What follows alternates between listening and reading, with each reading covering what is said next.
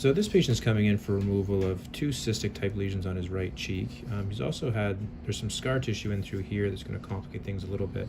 And for that reason, we're going to be doing elliptical incision in through this area. Langer's lines of the face, you want to always follow them. And I would tell you, you're always better off delineating it. So here, the Langer's lines, they sort of fall off in a teardrop shape. So it's almost like through here. So you want to be at least following that in general. And then they flatten out through here.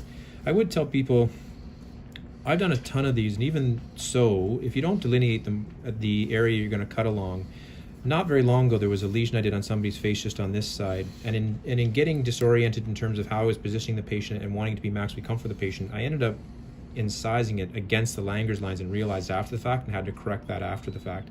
And you just want to make sure that you're always planning that out so you know what you're going to be doing from that perspective. So here this is swollen because we've added some freezing in. Again, you feel that, but it doesn't hurt. Mm-hmm. So he'll feel pressure still, but none of that should hurt specifically when I do that. So we're just going to sort of see if we can incise that out. Now, the other thing we notice when we incise these, he's got quite a bit of a bleeding potential, so we'll have to just keep that in mind.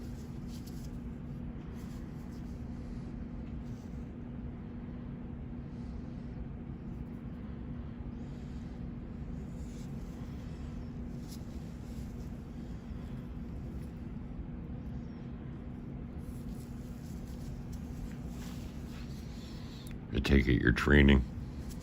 We're going to be, we do this so that the residents can sort of learn from it specifically. Yeah, that's cool.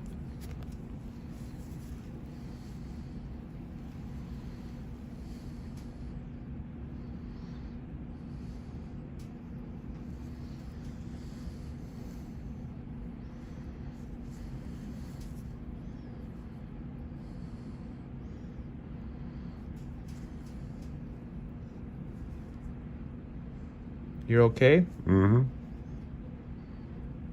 Like I said, don't worry about the eye, because I'm blind in it anyway, so.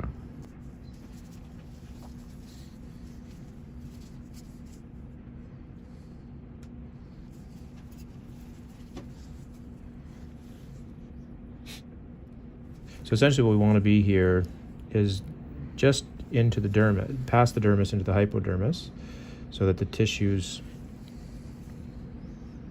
release. What I mean by that is the dermis is the strong layer of the skin. Just dab that for me. So if you're not through the dermis, just dab that for me, please. Dab that.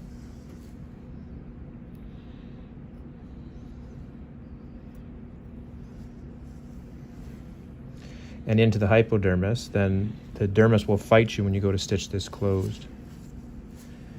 And that's something we don't want to have happen because it'll be rigid.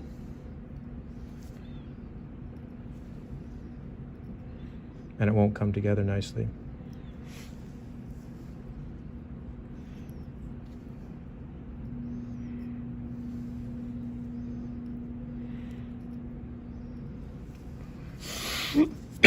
You okay there? Oh, yeah. There's sinuses, right?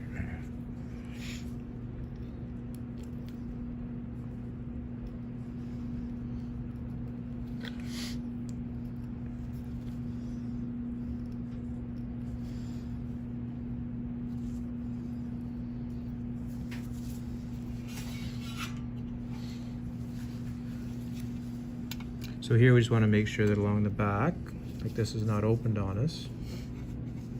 And this should be like it's a scarred down cyst that's there. So that's the keratin that's in it there. So that one's out, and then this one here is the same. You see how it's shifting on me? I can't even get that to sit flat. There, that one's there. So that one's out. And this is all scar tissue that's there. We'll send that off. Just grab a hypercator. So this I want to cauterize a little bit, but not a ton. You okay there? Mm-hmm.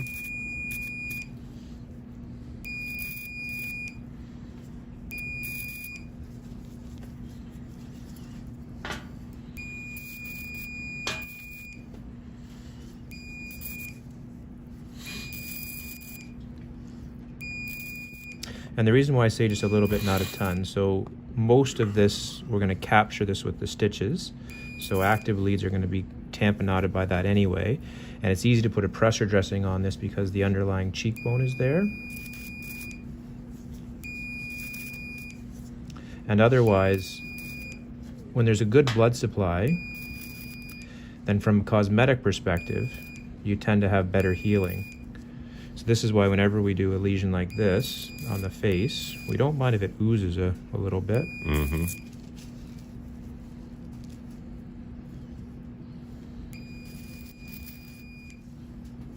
And I do heal fast. So. That's good.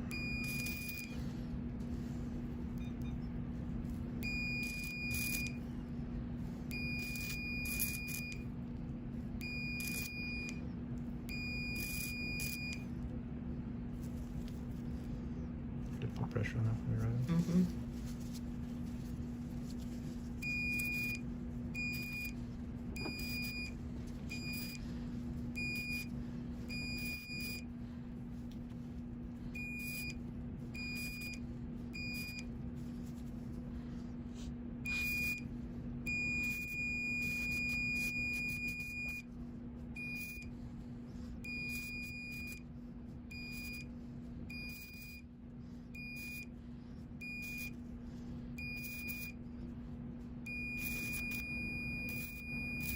Still comfortable? Mm-hmm.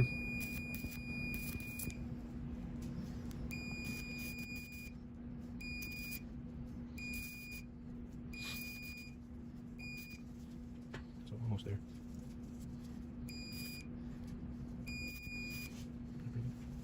All right, do you want to just grab me a irrigation?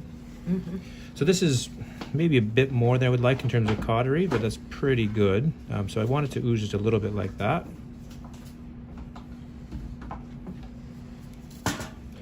So just cover his eye with that for me. The other thing I should mention too, which I don't see a lot, I see it in some other people's videos, they talk, you know, with eye coverings. I think generally it's a good idea. I've never used them in my whole career. I've never seen any of the ones I train with use them either. The problem you sometimes get into is that eye covering can sometimes get in your way when you're doing certain things, but I think in general it's a good idea. I've just never used them.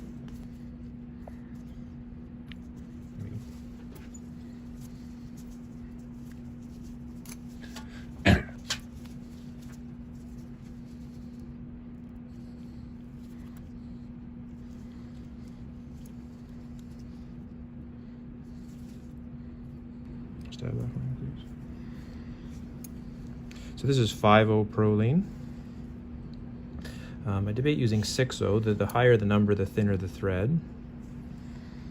There's always a balance you want to achieve between cosmetic result and make sure it's strong enough to hold the area closed. If this wasn't as wide as it is, then I would probably use 6-0 proline.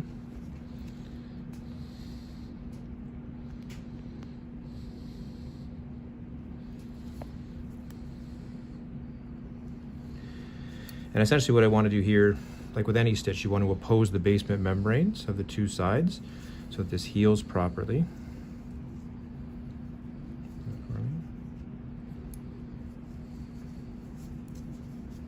So I don't want these stitches to be super tight. Sometimes in tightening them you can buckle the tissues a little bit. I just want it to be holding it in place. So as opposed to other areas where you want to maybe put a little bit more force behind it, the face is certainly one where these new 4x4s here, they flake off. The face is certainly an area where all I want to do is just make sure it's holding it together.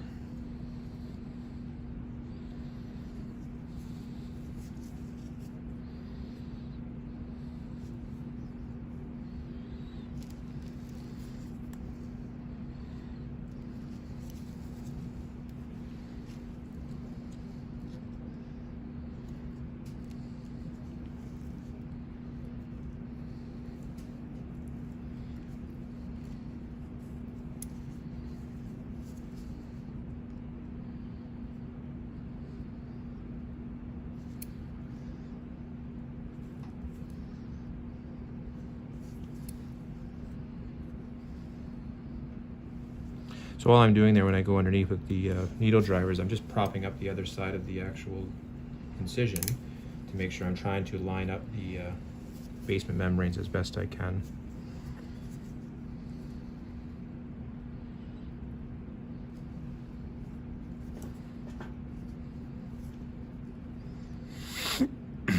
You okay? Mm-hmm.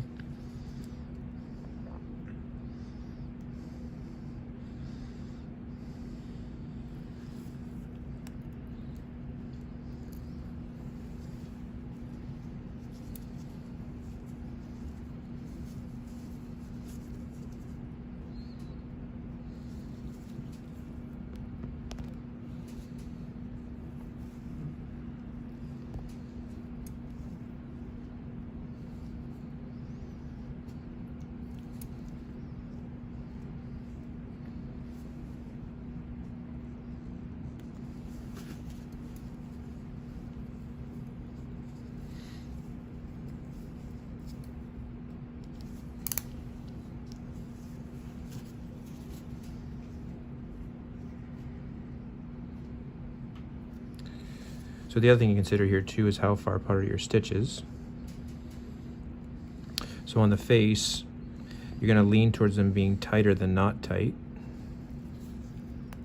So as opposed to other areas of the body where you'll be about 7 millimeters apart, here you're certainly going to be closer than that, because you want to have good tension across the incision and be able to take those out quicker.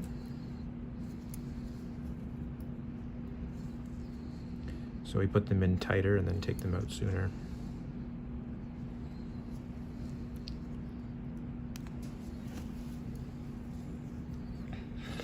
But you should be able to certainly appreciate from this video how vascular the face and the scalp can be. This gentleman is not on any type of blood thinner or anything of that nature.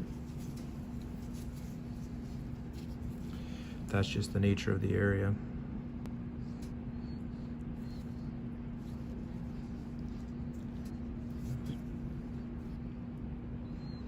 And you're still comfortable? Mm-hmm.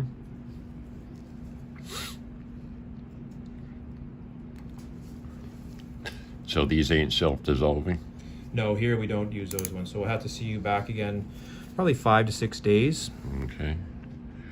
The other thing I'd say too, this is certainly an area where there's a couple different products that you can use. The one that I prefer is La Roche-Posay makes a product called Cicaplast that I find helps minimize scarring. So typically in lesions like this, I usually have them started maybe the day or so before the stitches come out and then continue with it afterwards.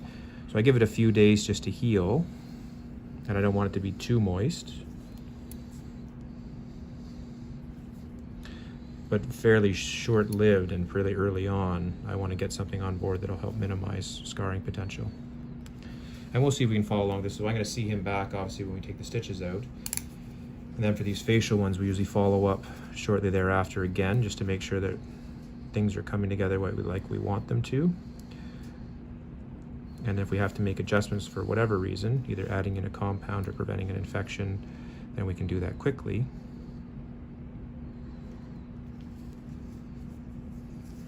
And not compromise the incision. And that's also a decision you have to make in terms of, whether you do a subcuticular, a running stitch, which can sometimes have a better cosmetic result. However, again, it's always that balance where you may have slightly better cosmetic result, and I wouldn't argue that, but you're always getting the balance between strength. So all I'm doing here is just making sure, again, the basement membranes are lining up.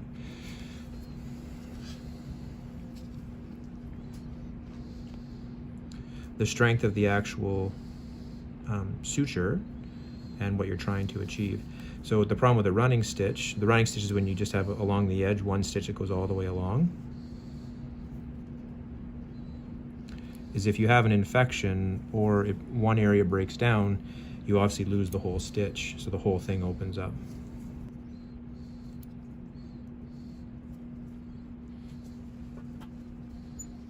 I might have one more. Yeah.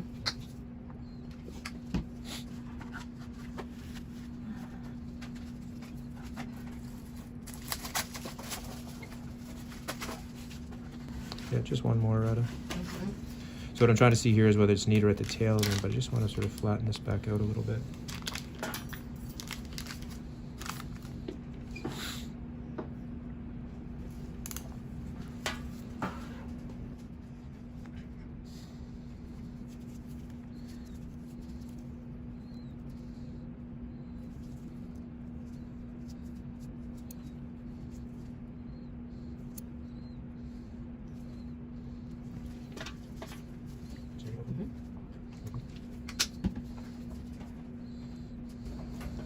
So that's not bad. So I'm just going to tidy up the edge here just a little bit, and then we're going to put a dressing on that and see him back in a few days. I was with them for a long time. Oh, that's good. So this patient's coming in for follow-up. We took off a combination of cysts and scar tissue off his right cheek. This is now 5 days ago. So essentially what I do, that healing looks pretty good. I'm going to take out every other stitch and then test and see how strong it is before I take out the rest of them. So I'll take out half now and then we'll re-video a little bit. So this is now with half the stitches out. So you can see that it's healing relatively well. And it looks like it's strong, especially through the middle, that we can afford to take all of them out. And we want to do that as soon as possible to avoid that sort of train tracking appearance so that we have the best surgical result possible. So I'll take the rest of those out, then we'll see him back in a couple weeks. There's just follow-up of a skin lesion we removed. You can sort of see it's at the healing process. Still needs some work to be done there. Still a little bit deeply furrowed, more than I'd like. Not spreading and not overly wide. But we'll see how that heals down over the weeks to come. So this is follow-up of a lesion, a constellation of cysts that we had taken off from his left cheek. You can see here, this is the stitch line that's here. This is the incision line. Still has some work to do. That's pretty good though. Like that's the back end here is healing up nicely. You see the front end still has some work to do, but that's responding nicely to that. So a few more months and that should start to fade in a little bit more than it did before previously.